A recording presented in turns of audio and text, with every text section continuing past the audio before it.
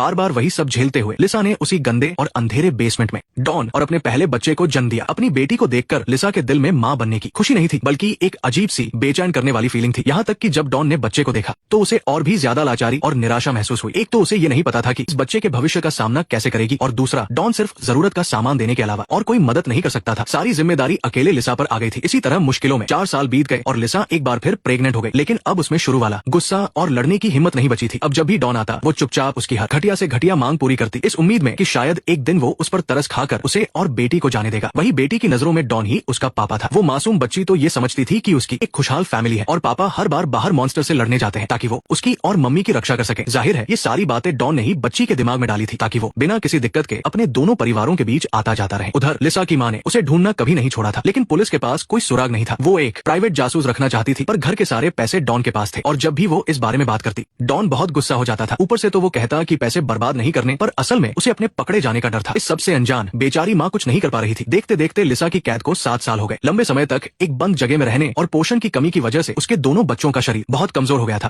और बड़ी बेटी को अस्थमा की गंभीर बीमारी भी थी। लेकिन डॉन को इसकी कोई परवाह नहीं थी। वो बच्चों के लिए भी बड़ों वाली दवाइयां ले आता था। लिसा ने बाहर डॉक्टर को दिखाने की बात कही तो बदले में उसे सिर्फ जोर से दरवाजा बंद होने की आवाज सुनाई दी। बच्चों को डराना नहीं चाहती थी, इसलिए वो अपना सारा दर्द दिल में छुपाकर सबसे प्यार भरी आवाज में लोरी गाकर उन्हें सुला देती थी। उसी वक्त ऊपर घर के बाहर से लिसा की बहन मीशा का बॉयफ्रेंड बाइक पर वहाँ से गुजरा। हालांकि कई साल बीत चुके थे, पर बहन ने उसे एक नजर में ही पहचान लिया और बातों बातों में ही बहन को पता चला कि उस वक्त पापा ने झूठ बोला था, पर उन्होंने किसी को मेरी बहन को ढूंढने से क्यों रोका? कहीं ऐसा तो नहीं कि बहन के गायब होने का कनेक्शन पापा से ही है? उसने फौरन ये बात माँ को बताई। ये सुनने के बाद माँ ने भी अब चुप रहना ठीक नहीं समझा। डॉन चाहे कितना भी गुस्सा हो, उन्हें ये जानना ही था कि उसने झूठ क्यों बोला था। उन्होंने ये तक कह दिया कि वो खुद काम करके पैसे कमाएंगी और जासूस को बुलाकर अच्छे से जांच करवाएंगी। और जब दोनों बहस कर रहे थे तभी डॉन की चाबियां सोफे पर गिर गई। बहन ने झट से चाबियां उठा ली और सीधे बेसमेंट की तरफ गई, क्योंकि जब से लिसा को कैद किया था डॉन ने काम का बहाना बनाकर किसी को भी अंदर आने से मना कर रखा था। लेकिन बहन ने अंदर सब कुछ छान मारा, पर उसे कुछ भी नहीं मिला। उल्टा पापा ने ही उसे रंगे हाथों पकड़ लिया। तुम्हें क्या लगा मैं तुम्हारी बहन को यहाँ रखूंगा? भागने की सोच रही थी? Silence silence silence silence silence silence silence silence.